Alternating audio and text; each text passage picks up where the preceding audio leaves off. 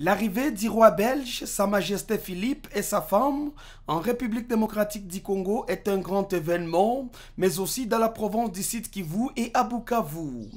Pour le directeur général du CRSN Luiro, M. Robert Kassisi confirme que les passages du roi belge, par exemple à Luiro, c'est très important car c'est son grand-père, roi Baudouin, qui avait coupé le ruban symbolique lors de l'inauguration du CRSN Luiro. Et même, il y a des chercheurs du CRSN Luiro qui sont en stage en Belgique. Une façon de prouver que le CRSN Luiro travaille valablement avec le Belge.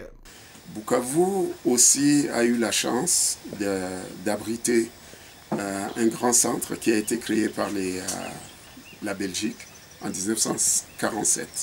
C'est un centre scientifique qui avait comme mandat finalement de couvrir, d'ailleurs il s'appelait à l'époque Institut de recherche scientifique en Afrique centrale, avec plusieurs axes de recherche et comme mission de couvrir l'Afrique centrale. Les Belges, évidemment les Belges sont partis à l'indépendance, mais ce qu'il faut retenir, je pense le plus important, c'est que ce centre-là, qui était de renommée mondiale, donc de renommée internationale, a été inauguré par Sa Majesté le roi Baudouin Ier en 1952. Donc c'était 5 ans, quasiment 5 ans, après la création du centre. Le roi Baudouin est revenu encore à Bukavu, à Luiro, en 1958. Vous voyez jusqu'à quel point il y avait vraiment un intérêt, une grande considération sur le rayonnement même de ce centre-là et puis sur le prestige même de la Belgique au niveau de la recherche scientifique. Pour le président fédéral du parti politique Congo Espoir, M. Armand Tchokola, demande à tous les cadres et compatisants de son parti politique au Sud Kivu de s'approprier l'arrivée du roi Philippe, car la Belgique accompagne plusieurs fois les Congo et même son autorité morale, le ministre national de la recherche scientifique, excellent José Panda Kabangou, fait des grands projets de développement avec les royaumes de Belgique. Aujourd'hui, la Belgique nous a montré.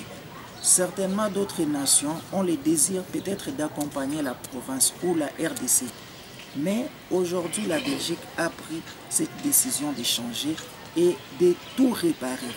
Avec tout ce qui s'est passé, j'ai suivi sur les réseaux sociaux certains compatriotes congolais ont pris de mauvaises images sur l'arrivée du roi belge, mais je voulais qu'ils puissent comprendre la quintessence, mais aussi la profondeur de cette visite. Un roi, ce n'est pas n'importe qui. Lui, il a pris la décision. La Belgique, à travers lui, ils ont pris la décision de tout changer et de tout réparer. Et surtout d'accompagner.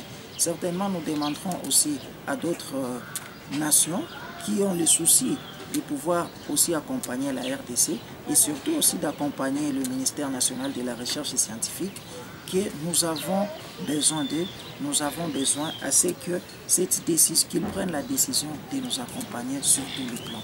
Pour le président national d'Adib, M. Gustave Bagaya Moukwe, encourage les efforts fournis par le chef de l'État congolais, son Excellence Félix Tshisekedi Tshilombo, et même le docteur Denis Mukwege, le prix Nobel de la paix, mais aussi l'ingénieur Sanginga.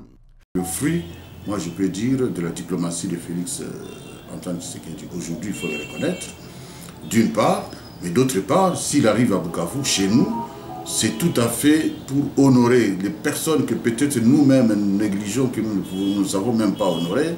Il s'agit notamment donc du docteur Mukwege, prix Nobel de la paix, mais aussi de notre frère Sanginga Emmanuel, qui a fait ses prouesses, qui a prouvé de quoi il est capable dans le domaine de l'agriculture et toutes les recherches, et donc tout ce qui se passe à l'UTA aujourd'hui. Donc il faut comprendre ici que nous honorons la visite du roi belge. Pour moi personnellement, est un honneur pour les 3 personnalités congolaises, donc le président de la République, le docteur Mukwege et Emmanuel Sanginga, le directeur, je pense que c'est le directeur de l'ITA aujourd'hui.